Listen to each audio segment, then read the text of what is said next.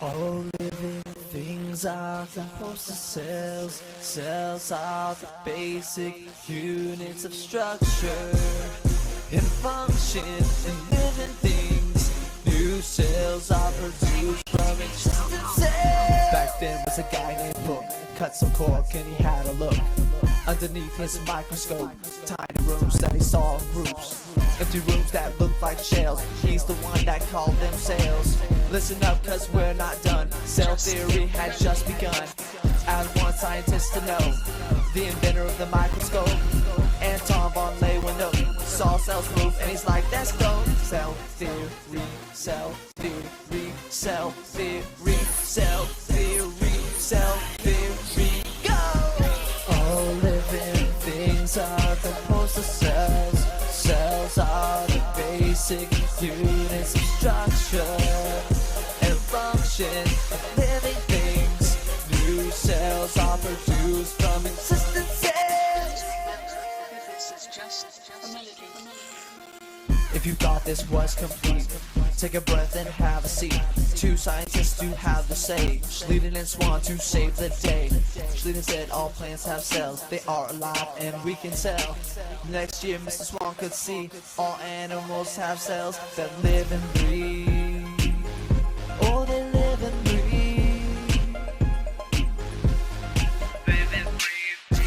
All living things are composed of cells. Cells are the basic units of structure and function of living things.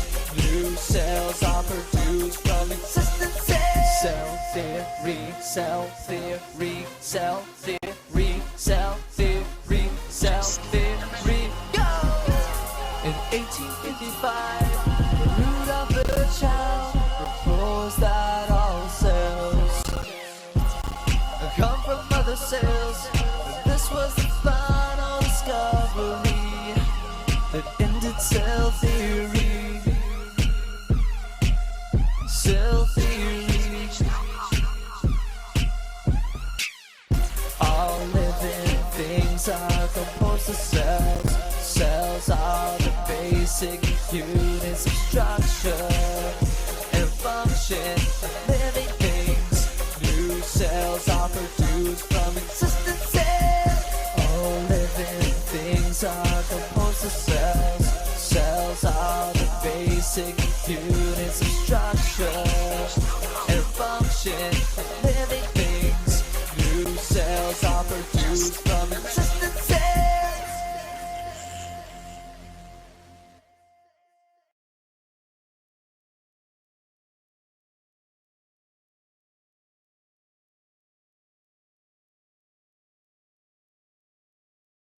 To prepare a stained temporary mount of an onion peel. To do the experiment we require cover slip, glycerine, glass slides, onion, watch glasses, distilled water, saffron in solution, forceps, brush, needle, compound microscope, blotting paper, and a dropper. Procedure: pour some distilled water from a bottle into a watch glass. Take half a piece of onion and remove leaves from the onion piece.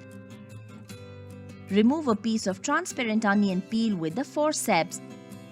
Put the epidermis into a watch glass containing distilled water. Take some saffron in solution using a dropper. Put a few drops of saffron in solution into another watch glass. Using a brush, transfer the peel into the watch glass containing saffron in solution. Keep the epidermis for 30 seconds in saffron in solution so the peel can become stained. Take the peel from the saffron in solution using the brush and put it in the watch glass containing distilled water. Using a dropper, take some glycerine and put 2 to 3 drops of glycerine in the middle of a dry glass slide. Transfer the peel to the slide containing glycerine using the brush. Take a cover slip and place it gently on the peel with the help of a needle. Remove the extra glycerine using a blotting paper. Take the glass slide and place it under the compound microscope. View the slide under the compound microscope. Observation: a large number of regularly shaped cells are lying side by side. Each cell has a distinct cell wall. A distinct nucleus is present on the periphery of each cell. Lightly stained cytoplasm is observed in each cell. A large vacuole is present in the center of each cell, surrounded by the cytoplasm. Conclusion: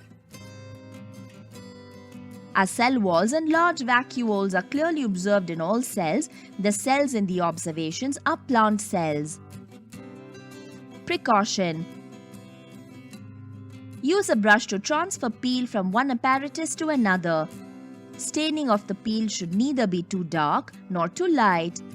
Extra glycerine stain should be removed by using blotting paper.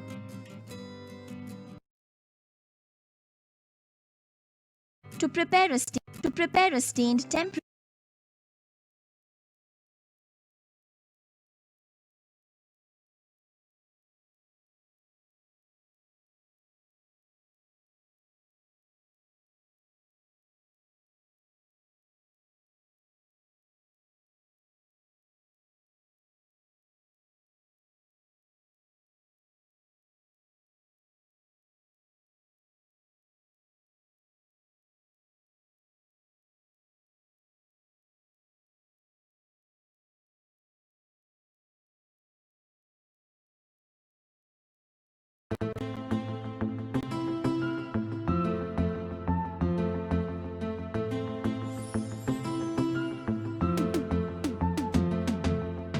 Here's what each cell contains. Outer layer is the cell membrane.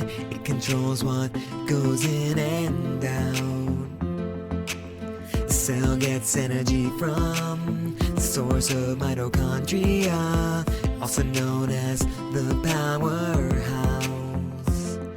In the ribosomes of the cell with protein synthesis, endoplasmic reticulum will carry substances, breaking down materials, lysosomes. The nucleus controls the cell, kinda like a brain, contains the DNA when cells divide to replicate. Inside the nuclear membrane full of pores. The nucleus makes ribosomal subunits from proteins, secreting hormones are the Golgi bodies. Each unit of a cell is an organelle. The membrane keeps substances out inside, cell filled with cytoplasm. Lysosomes help break things down, energy from mitochondria, protein factories, ribosomes, endoplasmic reticulum, transfer substances like proteins, nucleus controls this. Cell membrane, mitochondria, lysosomes, ribosomes, cytoplasm, nucleus, ER and Golgi body, and the nucleolus. Cell membrane, mitochondria, lysosomes, ribosomes, cytoplasm, nucleus, ER and Golgi body, and the nucleolus. If you look at a plant cell, they have a few different organelles, chloroplast, vacuoles, and a cell wall.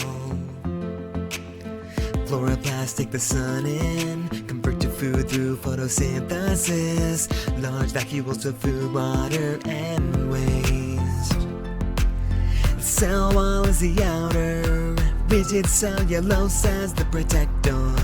It provides structure to the cell. Cell membrane, mitochondria, lysosomes, ribosomes, cytoplasm, nucleus, ER and Golgi body, and the nucleolus. Cell membrane, mitochondria, lysosomes, ribosomes, cytoplasm, nucleus, ER and Golgi body, and the nucleolus.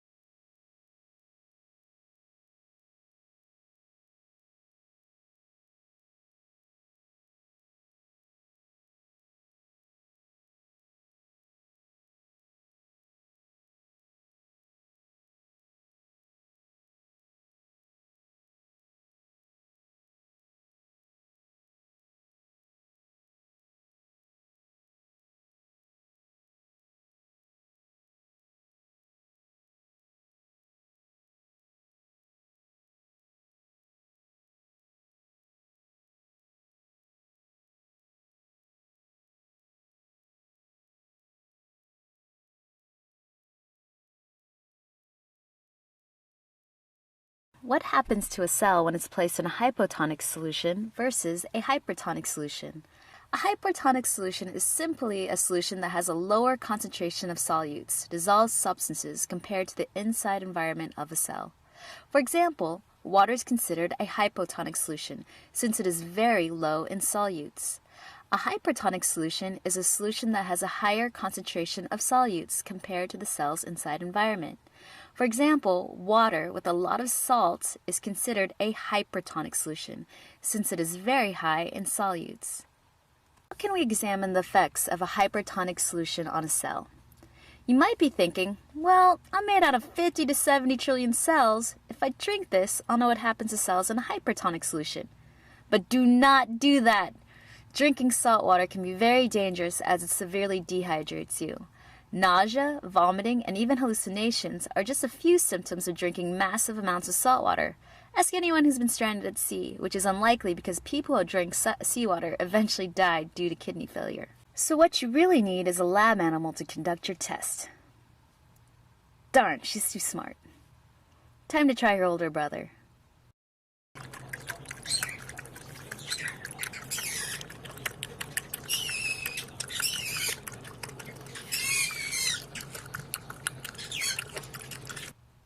Well, that was a bad experiment. What's a better way to test how a cell reacts when placed in a hypertonic solution?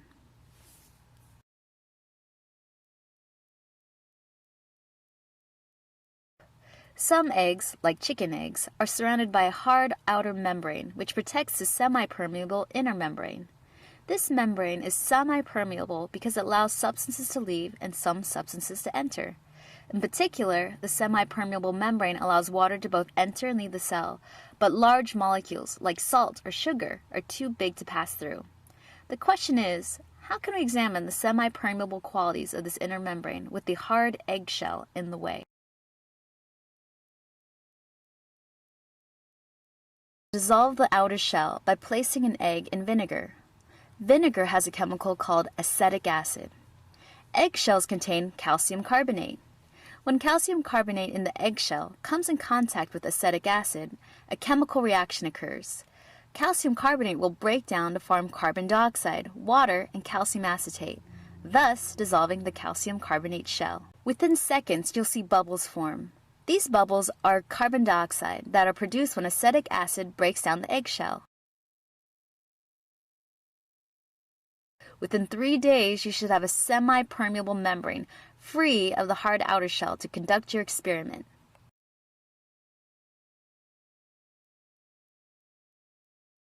Before starting our experiment, we will first mass our egg using a scale. Egg A has a mass of 94 grams. Egg B has a mass of 103 grams. Egg A we will place in a hypotonic solution, water. Egg B we will place in a hypertonic solution, thick and sugary corn syrup.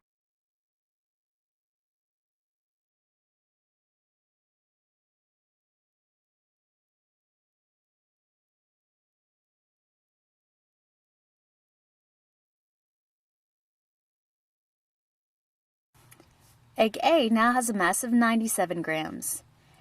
Egg A increased slightly to 103% of its original weight. We can conclude when a semi-permeable cell is in a hypotonic solution, water will enter the cell. Egg B now has a mass of 59 grams. Egg B decreased to 57% of its original weight. We can definitely conclude that when a cell is in a hypertonic solution, water will leave the cell. In fact, this is evident by the layer of water sitting on top of the corn syrup. However, 103% change in mass is not very significant. So how about we try this experiment again, but switch the eggs? This time, egg A is going in the hypertonic solution, which is still on the right. Egg B is going in the hypotonic solution, which is still on the left.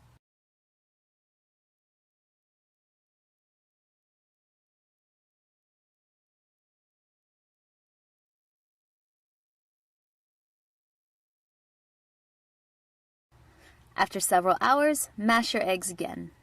Egg A went from 97 grams to 55 grams. Egg A has decreased to 57% of its original weight. Egg B went from 59 grams to a whopping 105 grams. Egg B has increased in weight to 177%. From this experiment, we can definitely conclude that when a cell is in a hypotonic solution like water, water enters the cell. On the other hand, when a cell is in a hypertonic solution like corn syrup, or more realistically salt water, water will leave the cell. Now that you're done with this experiment, time to play with those shellless eggs. No! You're just gonna...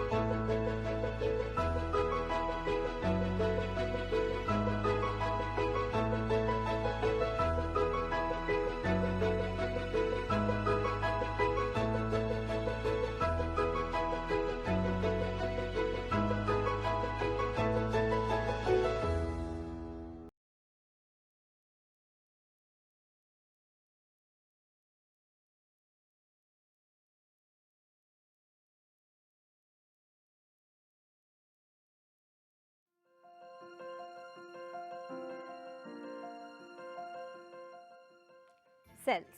They can build living organisms like us, or they can be the living organism like a bacteria. Either way, cells are filled with organelles designed to carry out important cell functions. In this session, we are going to look at one of the most important structures of the cell wall.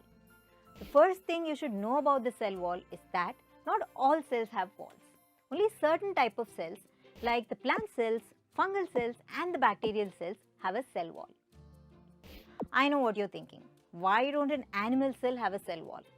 To understand why an animal cell does not have a cell wall, let's understand why a plant cell has one in the first place. Consider this. It's a warm, nice evening and suddenly the weather turns rough. Rain, thunder, lightning. At such times, animals can usually find a shelter to hide, but not plants. They cannot move to take a shelter. They have to stay where they are.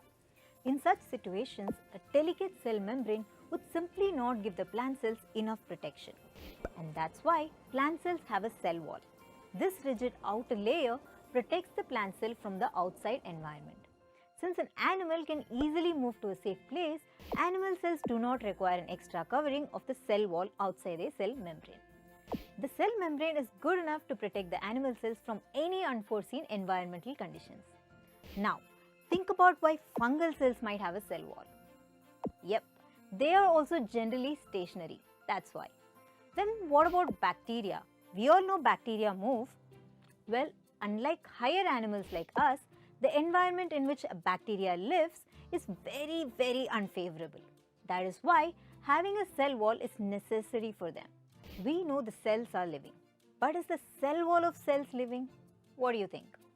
I'll help you out. Actually, the cell is living, but the cell wall is non-living. This is because it is formed majorly by deposits of some molecules. In some cases, like the plants, the molecules are cellulose. In case of fungal cells, the cell wall is made up of chitin, and in bacterial cells, the wall is made up of peptidoglycan. The cell wall is always present outside the plasma membrane, and it acts like a rigid wall. An interesting feature of a plant cell wall is that it is freely permeable.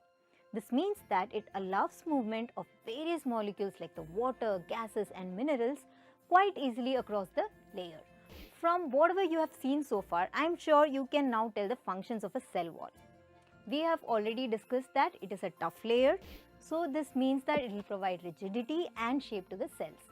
Since it is freely permeable in plant cells, it allows various substances in solutions to enter and leave the cell without hindrance. Lastly, we also discussed that the cell wall is very essential in providing protection during unfavorable conditions. I am sure today has been an interesting session with all the facts that you learnt about the cell wall. Here is a quick recap of what we covered today. Plant, fungal and bacterial cells have a cell wall. Animals don't have a cell wall because they can move. The cell wall in plants is majorly composed of cellulose.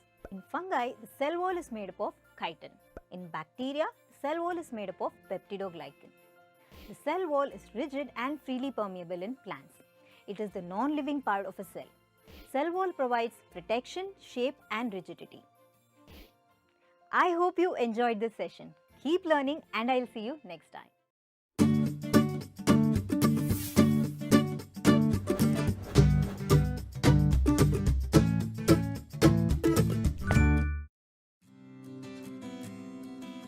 Study of plasmolysis.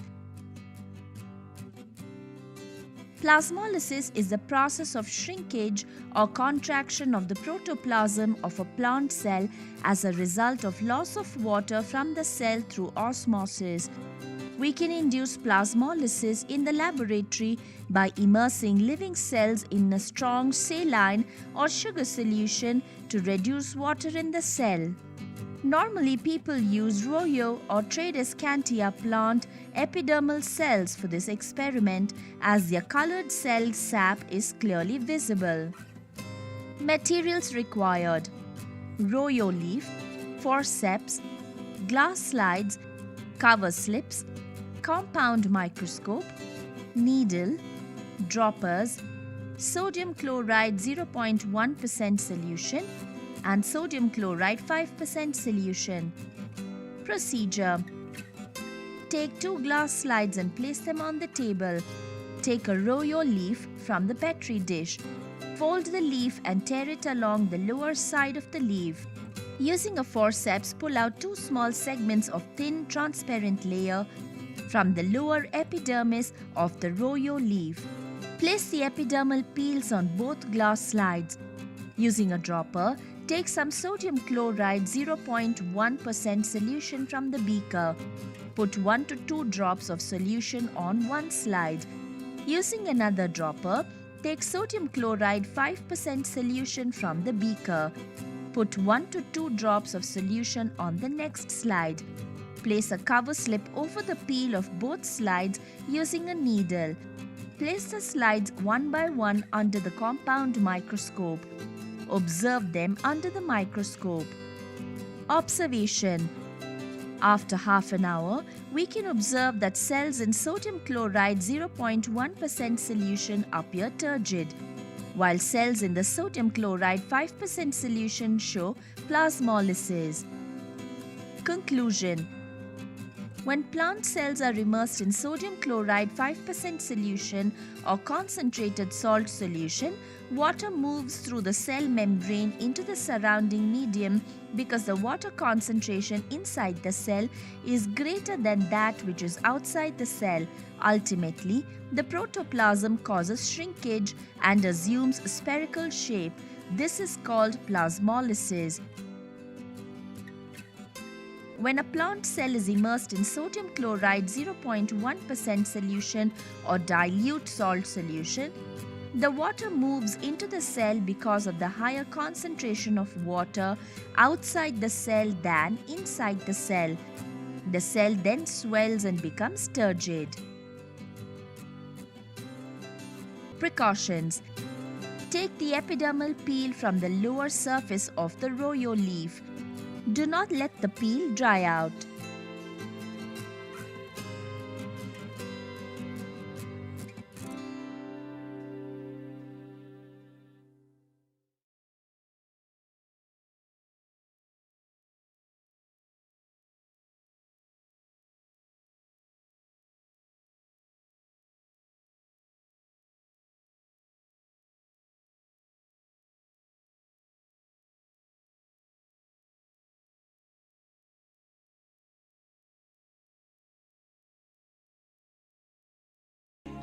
Mitosis.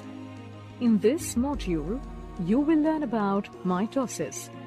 Mitosis is a process of cell division that makes possible regeneration of body parts. To elaborate, mitosis is the separation of nuclear chromosomes into two identical daughter nuclei.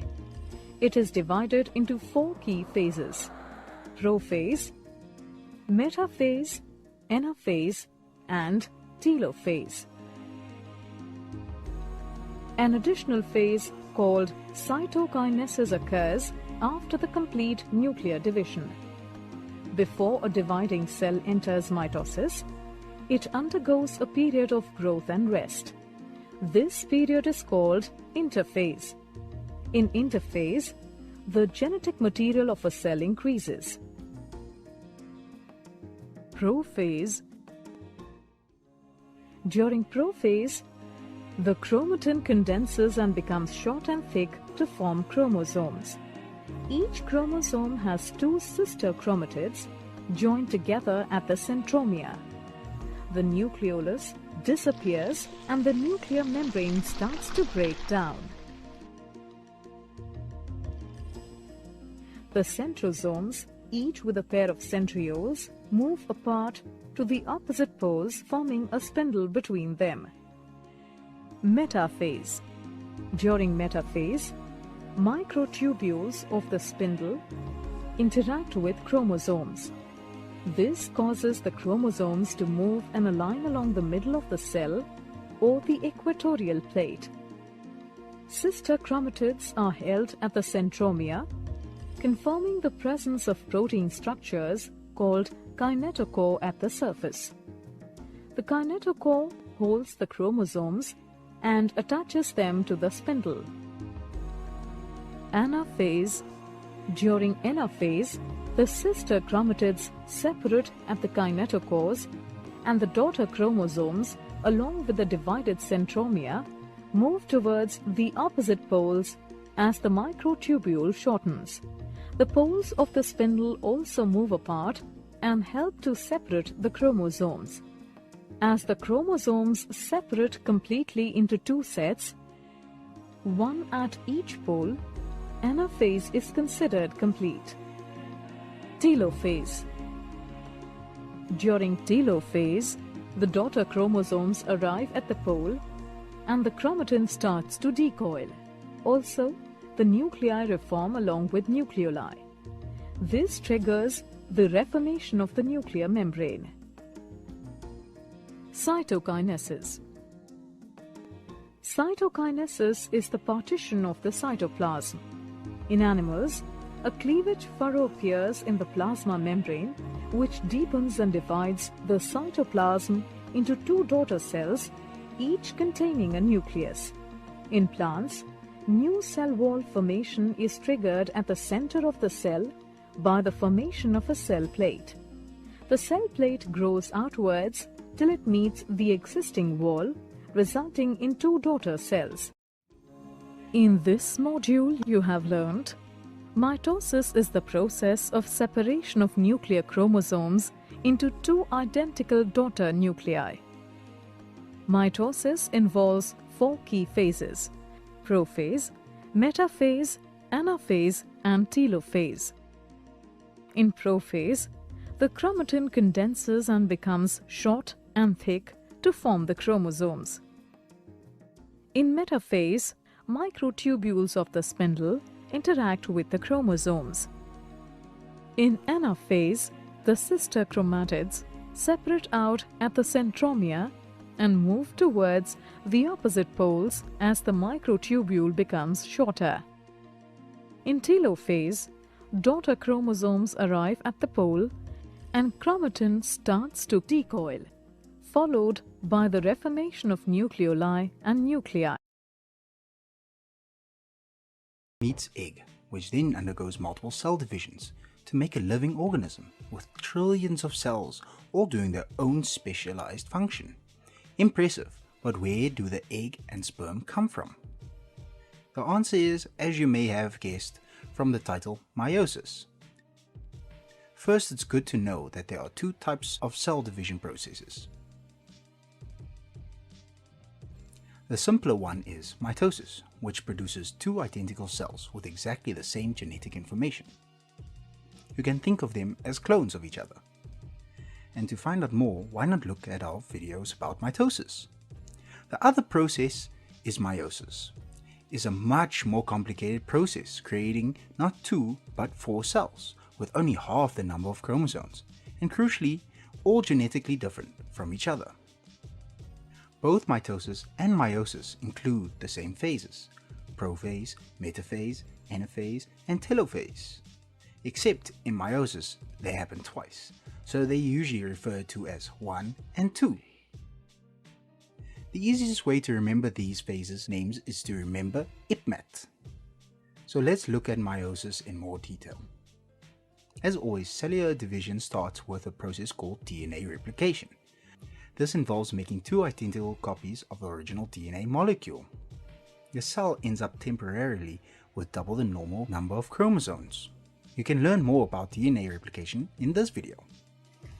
In prophase 1, the duplicated chromosomes join up with the pair from the other parent, so the mother's pair bind with the father's pair, forming a group of 2 chromosomes called homologous chromosomes. What happens next is vital for successful meiosis. As each chromosome is lined up next to its partner's pair, one chromatid from each side gets entangled with a corresponding chromatid from the other side. This is called crossing over. During this brief period, the 2 chromatids swap certain sections of DNA. This is called recombination.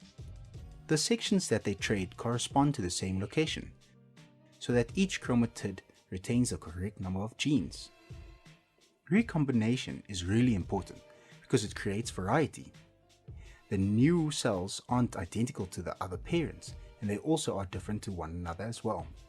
They are new genetic combinations. In fact, that's the whole point of sexual reproduction. It increases genetic variability. Each chromatid is now different, and as each one will end up in a separate gamete, it means each sex cell is genetically different from all others. This explains why brothers and sisters are different despite having the same parents. Only identical twins have the same genetic makeup, as they both originate from the exact same egg and sperm. Now back to meiosis. Next comes metaphase 1. As the chromosomes align themselves up in the middle of the cell, and in anaphase 1, the spindle fibers pull the chromosomes apart to opposite ends. Then during telophase 1 and cytokinesis, the cell pinches apart in the middle, and the nuclear membrane reforms around the 2 new daughter cells. That's the end of meiosis 1. Now for part 2. We start with our recombined daughter cells, each still with 46 chromosomes, but sperm and egg cells only have 23 chromosomes, so we need to cut these cells in half. Here goes a second round of division. The process is exactly the same as before, except that there is no DNA replication. We start straight with prophase 2, with chromatin clumping again to form chromosomes. Then a line in the middle of the cell during metaphase 2, and chromatids are pulled apart during anaphase 2 by the spindle fibers. Telophase and cytokinesis pinch the cells together, with 4 new granddaughter cells being formed. The end of meiosis gives us 4 different sex cells, each with only 23 chromosomes, ready for future fertilization. But that's a story for another video.